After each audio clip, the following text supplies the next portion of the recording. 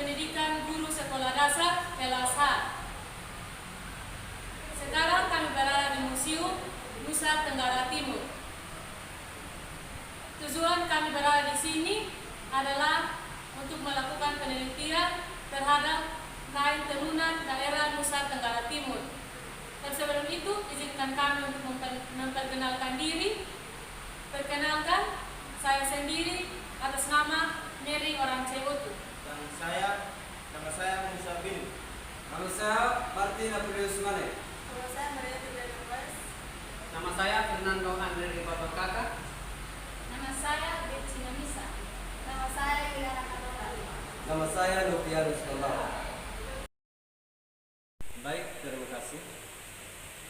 Sekarang kami berada di Galeri Penyimpanan Tenun Nusa Tenggara Timur.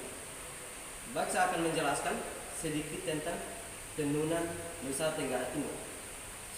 Kerajinan tenun berupa selembar kain dengan hiasan dekoratif yang indah dan desain menarik, komposisi harmonis dan bentuk-bentuk ragam hias yang mempunyai karakteristik tersendiri. Nah, di situ ada fungsi tenunan. Itu tenun artinya kain itu berfungsi untuk memperhias diri. Dan di situ ada kebutuhan. Nah, kain dibutuhkan untuk upacara kematian, perkawinan. Dan di situ ada beberapa gambar di sini. Di sini ibu-ibu sedang bertenun. Nah, ini tujuannya untuk memenuhi kebutuhan mereka. Terima kasih. Baik, terima kasih. Di sini saya akan menjelaskan beberapa bahan dan alat yang digunakan dalam pembuatan kain tenun ikat di daerah Nusa Tenggara Timur. Yang pertama, ada alat pemisah antara biji dan serat kapas. Di sini alat ini berfungsi untuk memisahkan biji kapas dan serat yang ada pada kapas. Yang kedua adalah alat untuk menghaluskan kapas. Jadi dari alat untuk memisahkan biji dan serat kapas, di sini kapas yang sudah dipisahkan dari bijinya akan dihaluskan menggunakan alat ini yang berasal dari Kabupaten Saburai Jua. Yang ketiga adalah alat untuk perentang benang. Jadi dari kapas yang sudah dihaluskan akan dibuat menjadi benang, dan di sini adalah alat untuk mencegah kekusutan yang terjadi apabila benang itu kusut, dan digunakan alat ini untuk bisa mencegah kekusutan yang ada pada benang. Dan alat ini berasal dari Kabupaten Manggarai. Yang keempat adalah teriuk ramuan pewarna. Teriuk ramuan pewarna merupakan salah satu wadah ramuan pewarna atau dengan kata lain naik kinar yang berfungsi sebagai tempat perendaman benang tenun yang sudah diikat dengan motif-motif yang ada. Yang keempat adalah akar mengkudu dan kulit kayu. Di sini dapat kita lihat akar mengkudu dan kulit kayu merupakan satu jenis bahan pewarna tradisional yang digunakan untuk menghasilkan warna coklat kemerahan dan berfungsi sebagai pewarna pada kain tenun. Dan akar mengkudu dan kulit kayu ini berasal dari Kabupaten Rotendao. Sekian dan terima kasih. Ya, terima kasih. Saya akan menjelaskan tentang motif dari Kabupaten Tetun. Motif ini yang dinamakan kaif. Kaif menjadi motif dasar dalam mengembangkan berbagai bentuk ragam hias pada kain tertentu di Pulau Timur atau Indawan dan Tetun.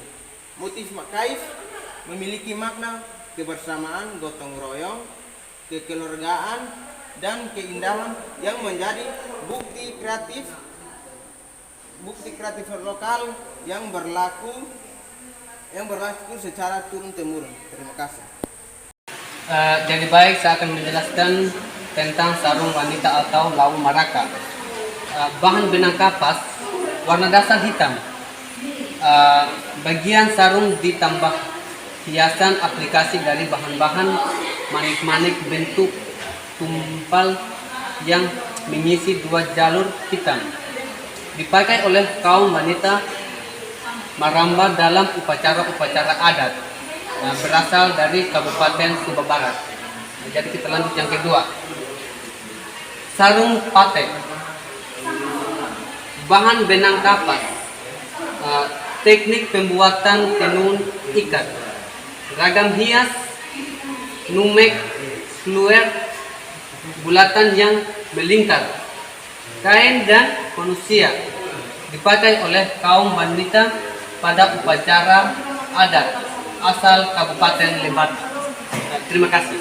Menjelaskan tentang selimut besar atau Hinggi Kali Tenjara yang berasal dari Kabupaten Sumba Timur.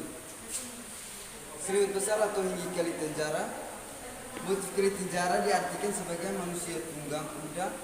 Dalam selimut ini juga terdapat motif pohon andung atau pohon tengkorak sebagai pohon persembahan dalam rumah adat Merak. Dan kain ini dipakai oleh kaum pria pada upacara-upacara adat. Yang kedua, sarung wanita atau lau pahiku yang berasal dari Kabupaten Sumba Timur juga. Teknik pembuatan tenun ikat dan patron terdiri dari 3 bagian yang ditenun secara terpisah dan dijahit menyatu. Pahiku dalam bahasa Sumba berarti diungkit. Karena teknik pembuatannya ikat dan disulam. Motif sulaman menyerupai 2 ekor naga, melambangkan keanggunan dan kewibawaan wanita. Sehingga kain ini dipakai oleh kaum perempuan bangsawan atau Maramba pada upacara-upacara adat. Dan yang ketiga, selimut atau Inggi Marapu berasal dari Kabupaten Sumba Barat. Bahan benang kapas dipakai untuk membungkus jenazah. Bahan benang kapas dipakai untuk membungkus jenazah. Menganut merapu selain secara fisik, lapisan hingga itu bisa menahan bau mayat secara spiritual sesuai dengan kepercayaan Marapu atau agama asli orang Sumbare. Hingga dengan kualitas tinggi yang dipakai untuk membungkus jenazah bermakna sebagai bekal pakaian di alam baka. Jadi sekian dan terima kasih. Di sini saya menjelaskan akan tenun kain sarung dari Kabupaten Alor. Sarung ini ditenun dengan warna dasar hitam. Tenun pembuatan kain sarung ini disongket bunga-bunga dengan motif bela ketupat.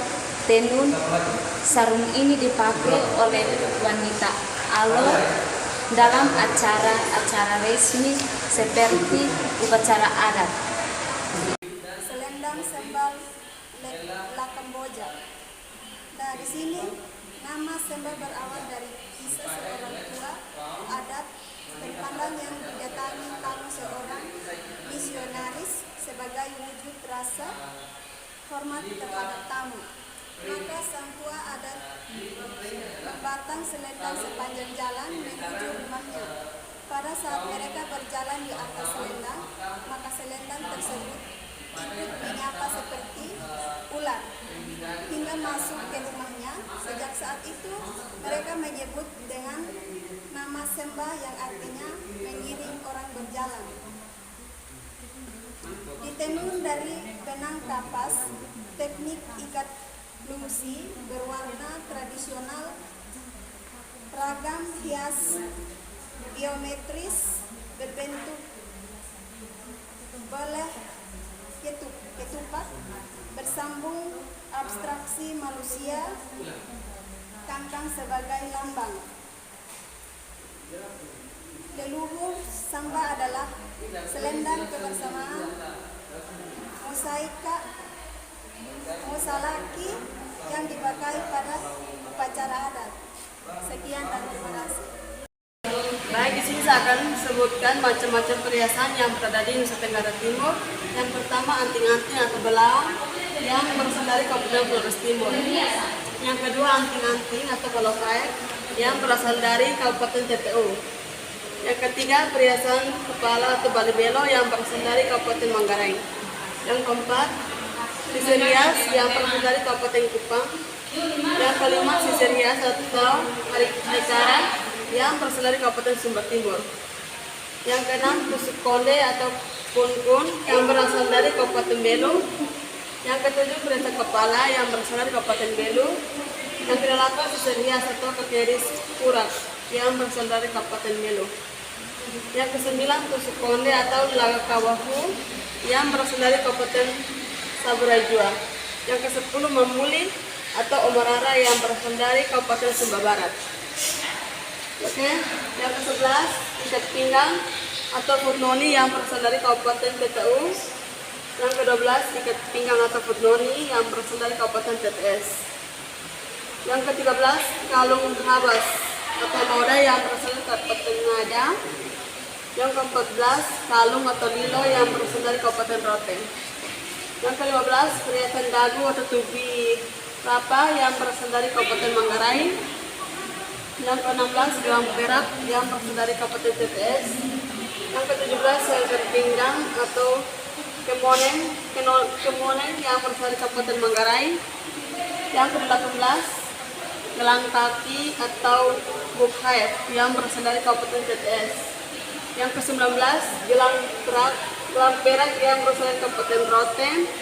Yang ke-20 cincin spiral yang berasal dari Kabupaten Sumba Barat. Yang ke-21 kalung atau pitul mare yang berasal dari Papua.